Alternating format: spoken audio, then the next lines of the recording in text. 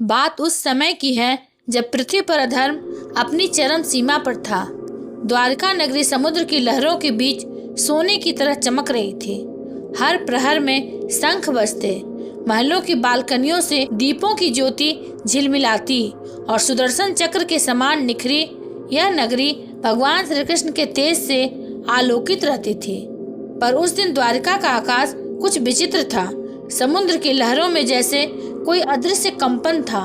हवा में तप और क्रोध का आभास हो रहा था। राज्यसभा में श्री कृष्ण सिंहासन पर विराजमान थे। चारों ओर उनके पराक्रमी सेनापति सात्यकी, प्रद्युम्न, अनिरुद्ध, बलराम और नारद जी जैसे ऋषि उपस्थित थे। तभी द्वारिका के द्वारपाल ने आकर झुकते हुए कहा, स्वामी, कोई तपस्वी धनुष और फरसा लिए द्वार पर खड़ा है। उसके तेज से दीपक की लौ भी मंद हो रही है। सभा में सन्नाटा छा गया। श्री कृष्ण ने मुस्कुराते हुए कहा, उसे भीतर आने दो। जो तेज स्वयं को प्रकट करना चाहता है उसे रोकना उचित नहीं। क्षण भर में द्वार खुले। गर्जन करती हुई हवाओं के बीच एक दिव्य पुरुष अंदर प्रविष्ट हुआ। कंधों पर जटा, नेत्रों में अग्नि और हाथों में परशु। यह कोई और नहीं, भगवान परशुराम थे, विष्णु के छठे अवतार, जो एक समय क्षत्रियों के संहारक कहलाए। सभा में सभी वीर खड़े हो गए। सात्यकी ने झुककर प्रणाम किया। बलराम ने आदर पूर्वक कहा, परशुराम भगवान, आपका स्वागत है। आपकी उपस्थिति ही तप का प्रतीक है। पर परशुराम जी का मुख शांत नहीं था। उन्होंने अपनी दृष्टि सीधे श्री कृष्ण पर डाली। कुछ क्षणों के मौन के बाद उनकी वाणी गूंजी, कृष्ण, तुमने गीता में धर्म का उपदेश दिया, युद्ध में अर्जुन को मार्ग दिखाया और अधर्म के विनाश का व्रत लिया। पर मैं पूछने आया हूँ, क्या तुम स्वयं धर्म का पालन करते हो? सभा में गहरी चुप्पी छा गई। सात्यकी और प्रद्युम्न ने एक दूसरे को देखा। यह प्रश्न किसी साधारण व्यक्ति का नहीं था। यह प्रश्न एक अवतार से दूसरे अवतार की चुनौती थी। श्री कृष्ण ने धीरे से मुस्कुराते हुए कहा, भगवान, आपके चरणों को प्रणाम। पर क्या यह प्रश्न आशीर्वाद का रूप है या चुनौती का? परशुराम जी बोले, दोनों। मैं तुम्हें परखने आया हूँ। मैंने पृथ्वी से अहंकारी क्षत्रियों का अंत किया और आज देख रहा हूँ तुम उन्हीं वंशों के रक्षक बने बैठे हो। क्या यही धर्म है? श्री कृष्ण की मुस्कान हल्की रहस्यमयी हो गई। भगवान, धर्म स्थिर नहीं, वह समय के साथ रूप बदलता है। आपने जिस काल में युद्ध किया वह काल तप का था। मेरा काल करुणा का है। आपने जो नष्ट किया मैं वही पुनः स्थिर करता हूँ। परशुराम की आंखों में ज्वाला थी। तो क्या तुम कह रहे हो कि मेरा धर्म अधूरा था? श्री कृष्ण ने कहा, नहीं, पर वह अपूर्ण था। आपने धर्म को क्रोध से साधा, मैंने उसे करुणा से। जैसे अग्नि जलाती है वैसे ही जल शीतलता देता है। दोनों आवश्यक है। सभा में गूंज उठी।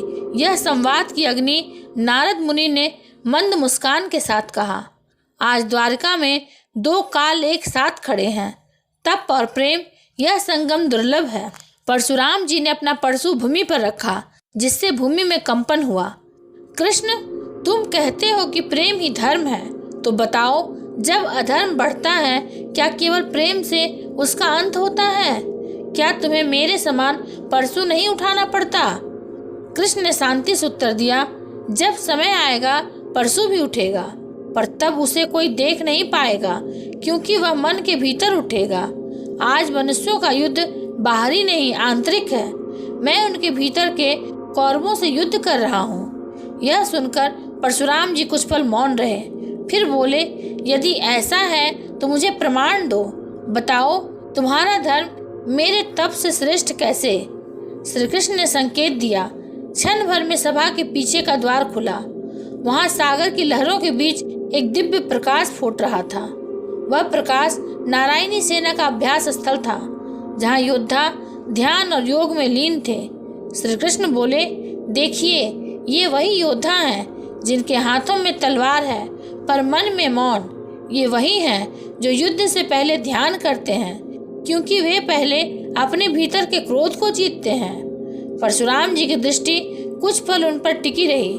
उन्होंने धीरे से कहा, अद्भुत, मैंने कभी ऐसे योद्धाओं को नहीं देखा जो शांत रहकर भी अजेय हों। श्री कृष्ण ने उत्तर दिया, यही नया धर्म है भगवान। जब मन शांत हो जाता है तो शस्त्र स्वयं धर्म का प्रतीक बन जाते हैं, विनाश का नहीं। सभा का वातावरण धीरे धीरे तप से करुणा में बदलने लगा। समुद्र की लहरें मंद हो गई, दीपों की लौ स्थिर हो गई। परशुराम जी ने अपना परशु उठाया और बोले, कृष्ण, तुम्हारे शब्दों में विष्णु की झलक है, पर मेरे मन में अब भी एक संशय है। क्या प्रेम इतना शक्तिशाली हो सकता है कि वह क्रोध को जीत ले? श्री कृष्ण ने उठकर उनके समीप जाकर कहा, चलो इसे भी आज परख लेते हैं। सभा ने देखा, श्री कृष्ण ने परशुराम जी का परशु अपने हाथ में लिया। क्षण भर में उनके चारों ओर एक प्रकाश मंडल फैल गया। उन्होंने शांत स्वर में कहा, यह वही परशु है जिसने अहंकार को काटा। अब यह वही परशु प्रेम से भरे हाथों में है। देखिए, यह काटता नहीं, जोड़ता है। ज्यों ही उन्होंने परशु भूमि पर रखा, भूमि से एक पुष्प निकला। परशुराम जी की आंखों में विस्मय था। यह तो मेरे तप का परिणाम कभी नहीं था, क्योंकि आपने उसे क्रोध से चलाया, मैंने उसे करुणा से रखा। धर्म वहीं टिकता है जहाँ हृदय शांत हो। सभा में गूंज उठे शंख। परशुराम जी ने अपने मस्तक को झुकाया। कृष्ण, आज मैंने जान लिया कि धर्म की अगली दिशा तुम्हारे हाथ में है। मैंने परशु का तेज अब तुम्हारी करुणा में विलीन हो। श्री कृष्ण ने मुस्कुराते हुए उनका आशीर्वाद लिया। दोनों के मध्य एक दिव्य प्रकाश उठा, जैसे दो युगों का संगम हो गया हो, तप का युग और प्रेम का युग। सभा के अंत में नारद मुनि ने कहा, आज पृथ्वी ने देखा कि जब दो विष्णु स्वरूप मिलते हैं तो युद्ध नहीं, ज्ञान जन्म लेता है।